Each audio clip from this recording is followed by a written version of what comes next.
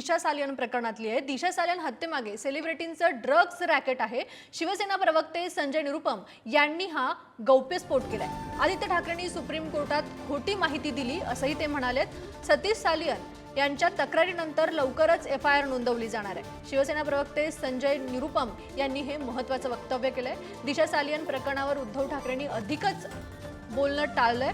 ज्या प्रकरणात संबंध नाही त्यावर अधिकचं बोलणं टाळलं असून ज्या प्रकरणात संबंध नाही त्यावर का बोलायचं असं उद्धव ठाकरे म्हणाले।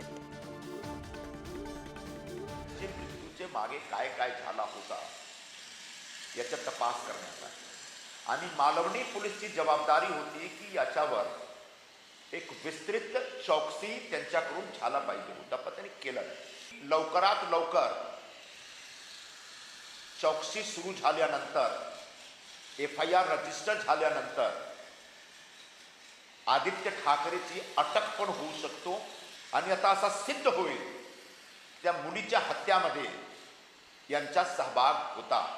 त्यांच्या कुटुंबांना न्याय आणून देण्याची जबाबदारी महाराष्ट्र शासनाची आहे, मुंबई पोलीसची आहे आणि तो जबाबदारी आम्ही नक्की पार पाडणार।